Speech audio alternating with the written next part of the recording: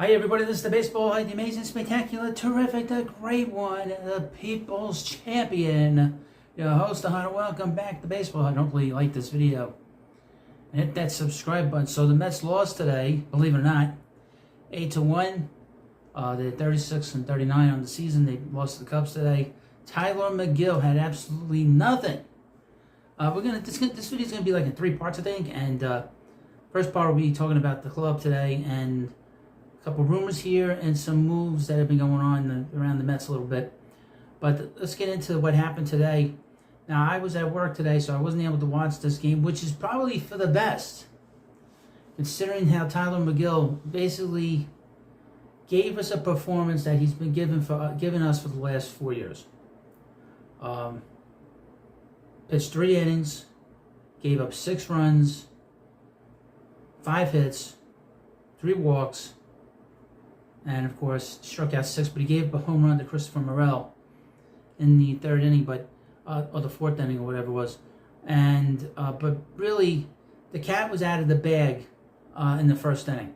Mets were down 5-0 in the 1st inning. You can't win when your pitcher, your starter, gives up 5 runs. And as we know, when your pitcher gives up 1 run in the 1st inning, the chance of that other team winning is, what, 50-60% when it comes to winning the game? So Megill had absolutely nothing today, obviously.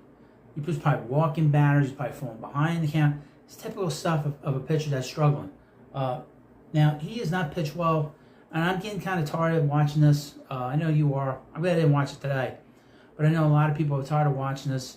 The Mets have pitching down in the minors that should be here. Jose Butto pitched Friday. This past Friday, he pitched rather well. At some point, he's going to be coming back, I would think. Christian Scott is also on the horizon as well. But you have Megill, who has not really progressed. He's not really progressed as a pitcher. He's sort of been sitting stagnant for all these years. He does the same mistakes, makes the same mistakes over and over and over again. He pitches well, but for some reason it just doesn't click. I don't know what it is. Maybe he's just not that good. I mean, that's a possibility. That's a possibility. And now we see on the other side with Jameson Taillon of the Cubs. He's a professional pitcher. He's had good performances. We saw him with the Yankees for many years. He's a good arm. He's got a good arm. And he went 7 innings against this very hot Met lineup. Struck out 10, did not walk anybody. That's a key, as you know. Because if you're not walking anybody, it means you get ahead in the count. And obviously, Megill was falling behind the count. Just from not even looking at it, I can tell. But Taillon is a guy that does nothing but throw strikes. And he probably do a lot of strikes in this game. Got ahead in the count. Let me just take a look at his pitch count, just for my edification. So he threw 93 pitches, 61 strikes. That's 2-1. So that is a recipe for success, and you saw that today. If you were unlucky to watch the game, I was lucky not to watch the game. But in a big 1st inning, that Pete Crow Armstrong had a triple in this game. I'm not too concerned by him. He's a 200 hitter. He can't hit. That was his reputation when he was drafted by the Mets a few years ago. On the offensive side, there wasn't much really to talk about from the Mets because they had 7 hits were scattered. Only Francisco Alvarez had 2 hits, as well as J.D. Martinez. But aside from that, the offense didn't do much, from what I could tell. Lindor went 0 for 4, struck out 3 times. Brandon Nimmo went 1 for 4, struck out 2 times. Pete Alonso struck out once in the 9th inning, 1st out in the 9th inning. I think 2nd out in the 9th inning. The 1st out in the 9th inning. That's right. And really, this is a club that they played really well, but this was a clunker. This was a clunker of a game, and unfortunately, Tylor Megill didn't have. You got to be able to throw strikes. You got to be able to get ahead in the count. Got to be able to make smart pitches. You can't give up home runs. And he does all the things that he's not supposed to do. So I would mention Mark Vientos didn't start today. Jose Iglesias coming off the 4-hit game. Got the start at 3rd base today. Jeff McNeil, again, went hitless in the game. I don't know how much longer he's going to be getting starts here. Because Iglesias has been really good since the Mets brought him up. Iglesias probably deserves to get the job on a regular basis now, quite frankly. And McNeil should be riding the pine at this point. But here we go. Now, in this part of the video, we're going to talk about some rumors for you. I know you all love rumors. Now, we've been sort of talking about how the Mets have come back into this race a little bit. Again, Mets have to get to 500 before I can really be serious about it, for my own sake. As a Mets fan, they're 3 games under 500. Obviously, they lost on Saturday against the Cubbies. But the belief is, and the rumor is, that the Mets are going to not only be sellers at the deadline, but they're going to be buyers too. Which is probably the smart thing to do with this club, to be honest with you. Because really, the National League has had a down year. I think we can all agree on that. They've been pretty. The National League's been pretty lousy this year. Not too many teams above 500.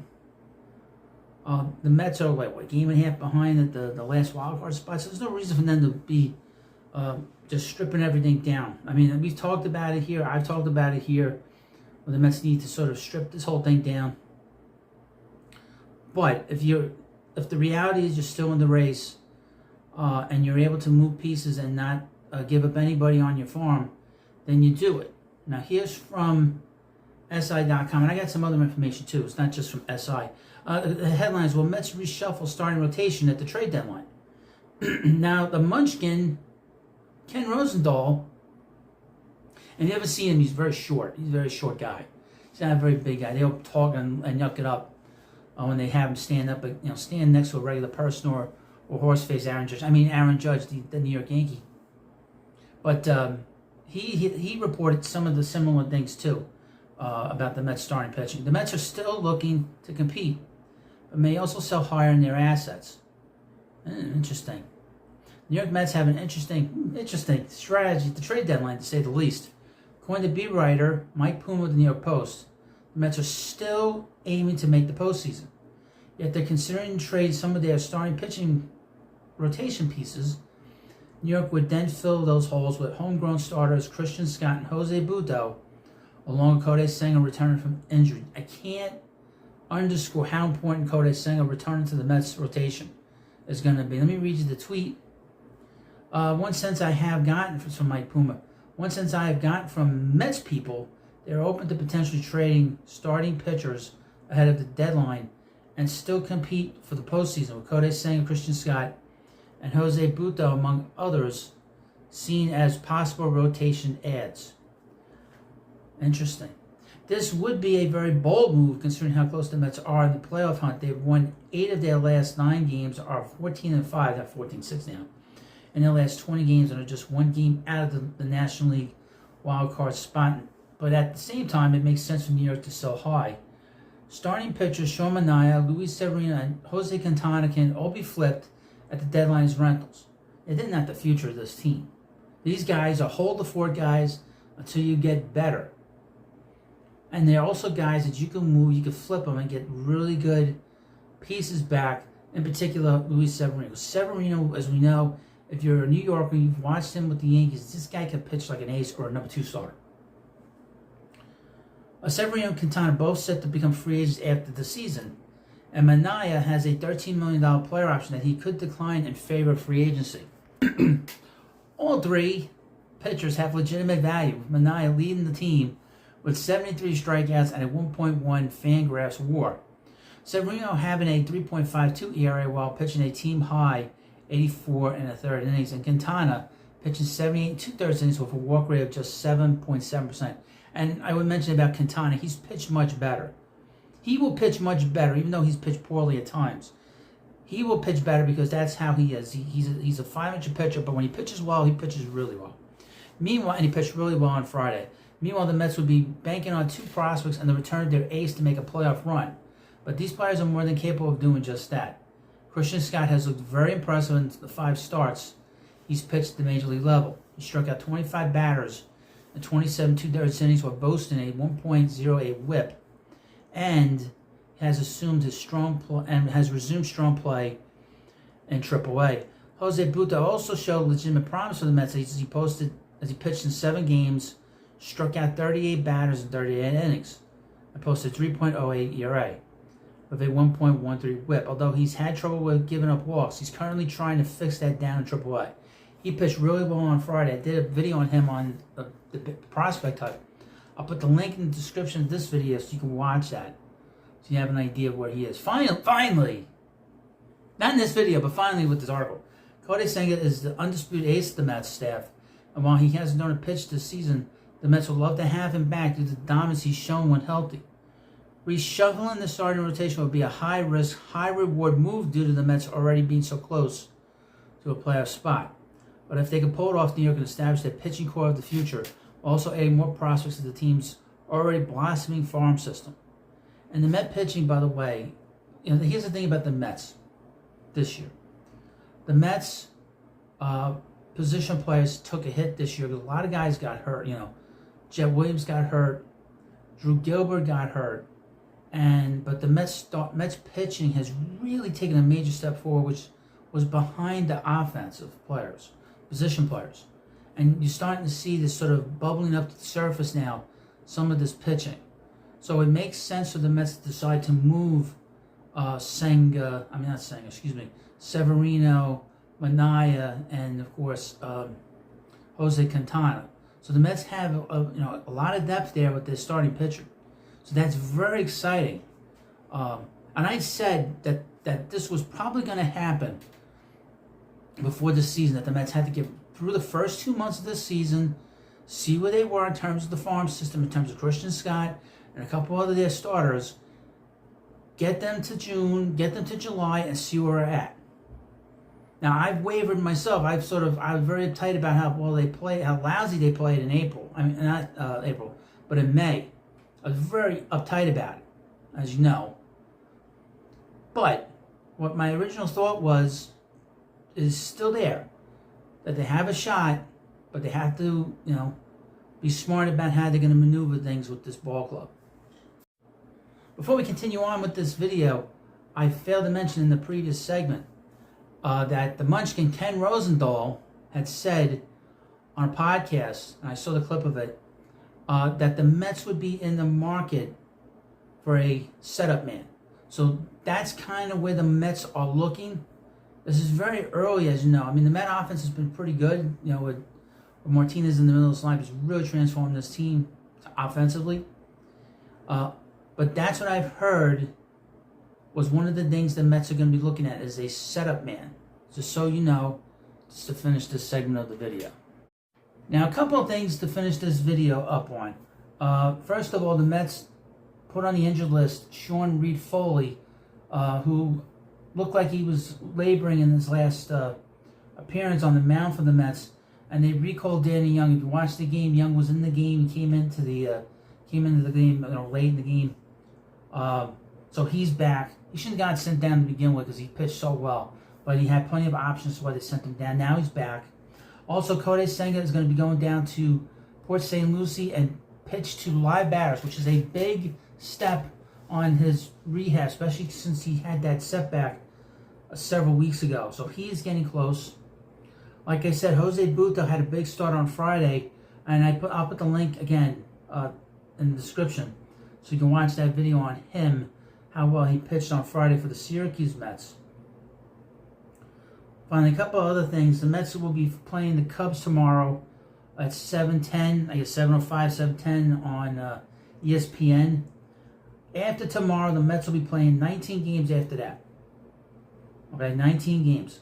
They're going to be playing the Yankees in a 2-game series, the Astros in a 3-game series at Citi Field. Then the Mets go on an 8-game road trip to Washington and Pittsburgh, which would be tough because obviously Washington has been pretty good this year, and obviously Pittsburgh has one of the biggest names in baseball pitching for them, and Paul Skeens, and they have Jared Jones and Mitch Keller.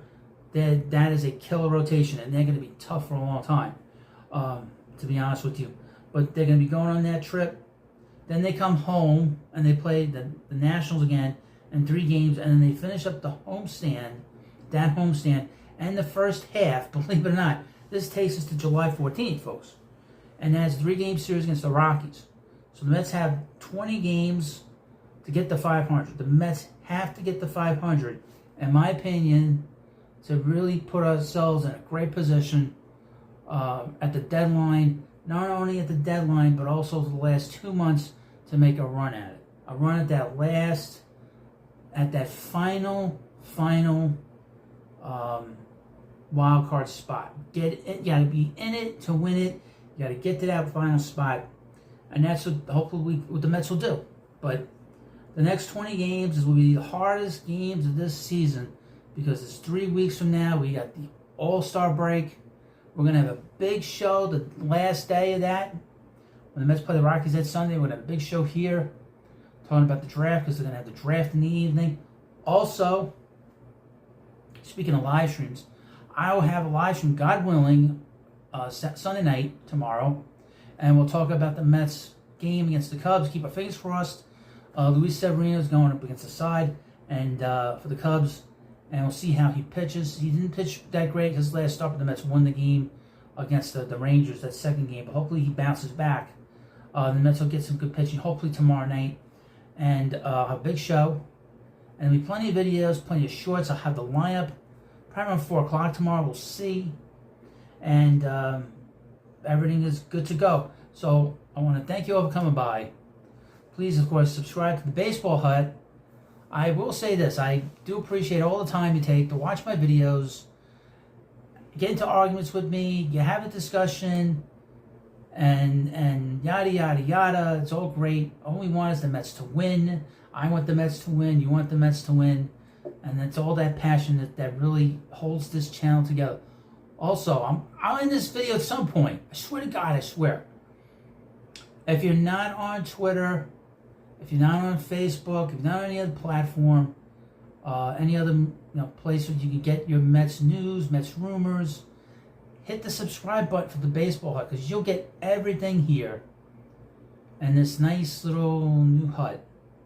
And again, I have a new place to live, and it's because of you folks watching my videos every day, leaving great comments, sending me super chats, super thanks, buying my products, and of course, if it wasn't for you, I'd be still in that hole, that abyss in Queens. So thank you for watching this video.